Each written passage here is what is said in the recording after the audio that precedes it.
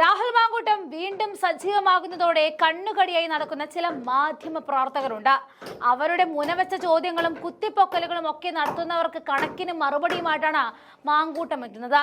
കൈരളിയുടെ മൈക്കൊക്കെ സ്ഥിരം തട്ടിത്തെറിപ്പിക്കുന്നത് ഇപ്പോൾ മാങ്കൂട്ടത്തിന്റെ ഹോബിയായി മാറി.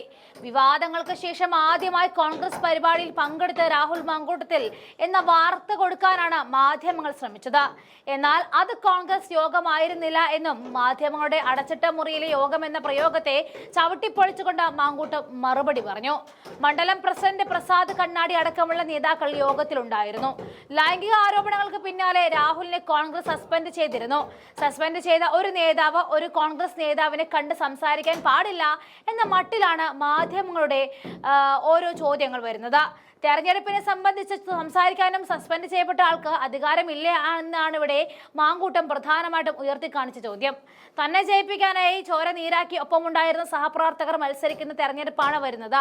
അതുകൊണ്ട് താൻ അവർക്ക് വേണ്ടി പ്രചാരണത്തിനിറങ്ങുമെന്ന് കൂടി രാഹുൽ പറയുന്നുണ്ട്. മാത്രമല്ല, താൻ ഐക്യജനാധിപത്യ മുന്നണിയിൽ തന്നെയാണ്. അതുകൊണ്ട് കൈപ്പത്തി ചിഹ്നത്തിൽ ആര് മത്സരിച്ചാലും അവരെ ജയിപ്പിക്കാൻ താൻ അക്ഷീണം പ്രവർത്തിക്കുന്ന കൂടി മാങ്കൂട്ടം അവിടെ പറഞ്ഞ് ഒപ്പുവെക്കുകയാണ്. കൂടാതെ MLA വാഹനം താങ്കൾ ഉപയോഗിക്കുന്നില്ലേ, ഉപേക്ഷിച്ചല്ലോ എന്നൊക്കെ ചോദിച്ച കൈരളിയുടെ മണ്ടൻ ചോദ്യത്തിന് തന്റെ കൂടെ ഉണ്ടായിരുന്നവർ ഭക്ഷണം കഴിക്കാനായി വാഹനം കൊണ്ടുപോയതാണ്, എന്നാൽ നിങ്ങൾ പോയി അവർക്ക് ഭക്ഷണം വാങ്ങിച്ചു കൊടുക്കുക എന്ന മറുപടിയാണ് മാങ്കൂട്ടം കൊടുത്തത്. മാങ്കൂട്ടത്തിന്റെ ദൃശ്യങ്ങളിലേക്ക് പോകാം. കോൺഗ്രസ് യോഗത്തിൽ ആണ് അങ്ങ് പങ്കെടുത്തത് എന്നുള്ളതാണ് ആണെന്നുള്ളതാണ്. ബാക്കി പറ. എവിടെ നിന്ന് കിട്ടിയ വിവരം? എവിടെ കിട്ടിയ വിവരം? എവിടെ കിട്ടിയ വിവരം? ഏത് കോൺഗ്രസ് തന്നെ പറഞ്ഞു? അപ്പൊ പിന്നെ നടക്കാത്ത കാര്യത്തിന്റെ സോഴ്സ് ചോദിക്കുമ്പോൾ കണ്ണാടി പഞ്ചായത്തിന്റെ നേതൃത്വത്തിൽ നടന്ന യോഗത്തിലാണ്. കണ്ണാടി പഞ്ചായത്തിൽ കോൺഗ്രസിന്റെ ഭാരവാഹികൾ ഈ യോഗത്തിൽ പങ്കെടുത്തിട്ടുണ്ട്. അപ്പോൾ കോൺഗ്രസിന്റെ യോഗമാണല്ലോ അത്. കോൺഗ്രസിന്റെ ഒരു യോഗമാണ് എന്ന് നിങ്ങളല്ലേ പറയുന്നേ? ഞാൻ ഒരു യോഗത്തിലും പങ്കെടുത്തില്ലല്ലോ. ഞങ്ങൾ എല്ലാവരും കൂടി ഇരുന്നു, വർത്തമാനം പറഞ്ഞു, എന്നിട്ട് ആളുകളെ കണ്ടു, പിന്നെ കല്യാണ വീടുകളിൽ പോയി, മരണ വീടുകളിൽ പോയി. എല്ലാ ദിവസവും നടക്കുന്ന കാര്യം തന്നെയാണ്. ഇന്നിപ്പോ എന്താ പുറത്താക്കിയതാണ്. പിന്നെ താങ്കൾ കോൺഗ്രസ് നേതാക്കൾ ഈ കോൺഗ്രസ് സസ്പെൻഡ് ചെയ്യുക എന്ന് പറഞ്ഞു കഴിഞ്ഞാൽ ഞാൻ കോൺഗ്രസിന്റെ അല്ലാതെ വേറെ ഏതെങ്കിലും പാർട്ടിയുടെ അല്ലല്ലോ.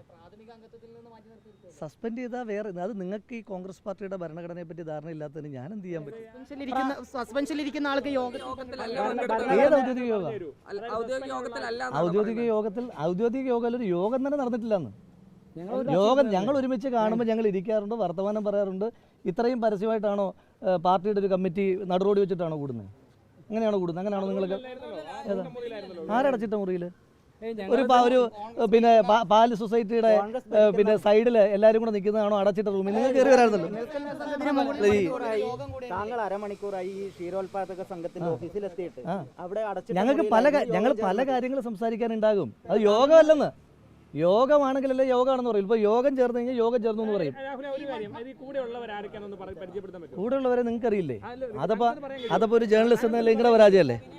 മണ്ഡലം പ്രസിഡന്റും അതുപോലെ തന്നെ മറ്റ് കോൺഗ്രസ് നേതാക്കൾ ഐക്യജനാധിപത്യയുടെ കണ്ണാടി പഞ്ചായത്ത് ചെയർമാനാണ്. ഔദ്യോഗികമായിട്ടുള്ള ഒരു യോഗം ചേർന്നിട്ടില്ല. 3-4 തവണയായി MLA ഇവിടെ വരാറുണ്ട്. കണ്ണാടിയിലെ മരിച്ച വീടുകളിലേക്കും വിവാഹ ചടങ്ങുകളിലേക്കും അനുബന്ധ കാര്യങ്ങൾക്ക് വരാറുണ്ട്. വീടുകളിൽ ഇരിക്കാതെ പ്രദേശത്തെ പൊതുപ്രവർത്തകരെ കൂട്ടിയാണ് എല്ലാ സ്ഥലങ്ങളിലും ഞാൻ പോകാറുള്ളത്.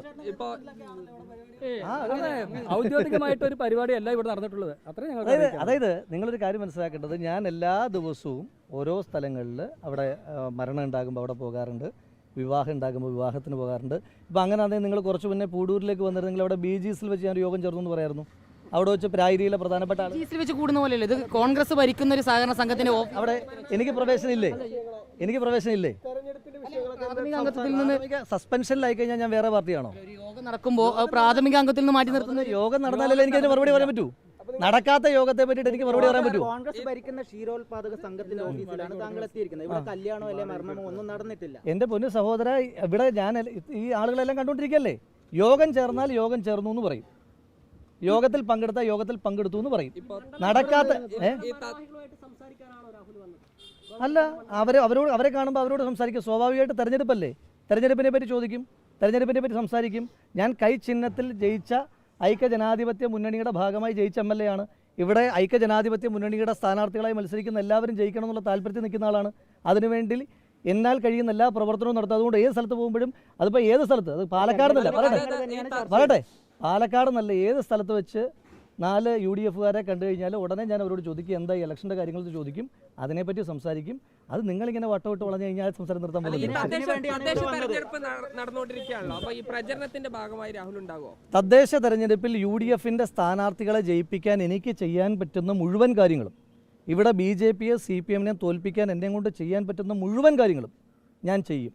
കാരണം ഞാനൊരു തെരഞ്ഞെടുപ്പിൽ ജീവിതത്തിൽ ആദ്യമായി മത്സരിച്ചപ്പോൾ അതിന് അരയും തലയും മുറുക്കി ജോലി ചെയ്ത സാധാരണക്കാരായ പാർട്ടിയുടെ പ്രവർത്തകർ, മുന്നണിയുടെ പ്രവർത്തകർ മത്സരിക്കുന്ന തെരഞ്ഞെടുപ്പാണ്.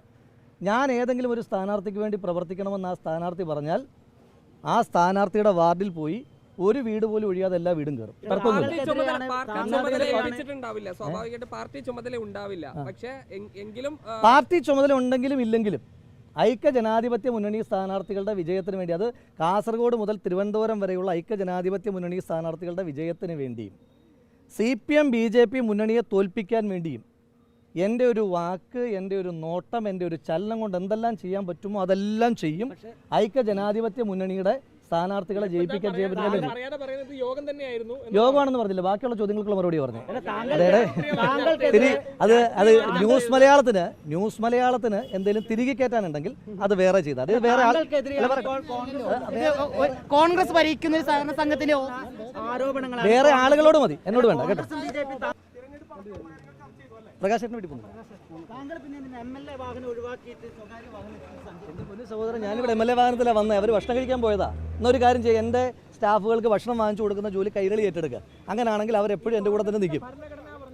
ആ ശരി.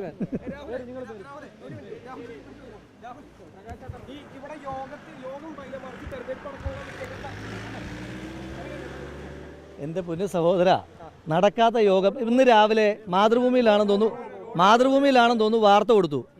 എന്താ MLA ഓഫീസിൽ ഗ്രൂപ്പ് യോഗം ചേർന്നു എന്ന്. MLA ഓഫീസിൽ അങ്ങനെ അന്ന് രാവിലെ CPMൻ്റെ നേതാക്കന്മാർ വന്നിരുന്നു. അപ്പോൾ CPM നേതാക്കന്മാരുടെ യോഗമാണോ ചേരുന്നത്? MLA ഓഫീസിൽ BJPയുടെ ആളുകൾ വരാറുണ്ട്. അപ്പോൾ BJPയുടെ യോഗമാണോ ചേരുന്നത്? അങ്ങനെയല്ലല്ലോ, ജനപ്രതിനിധിയാണ്. ജനപ്രതിനിധിയുടെ ഓഫീസിൽ നാട്ടിൽ ഒരുപാട് മനുഷ്യന്മാർ, രാഷ്ട്രീയമുള്ളവരും ഇല്ലാത്തവരും ഒക്കെ വരും. നിങ്ങൾ വരാറില്ല എൻ്റെ ഓഫീസിൽ?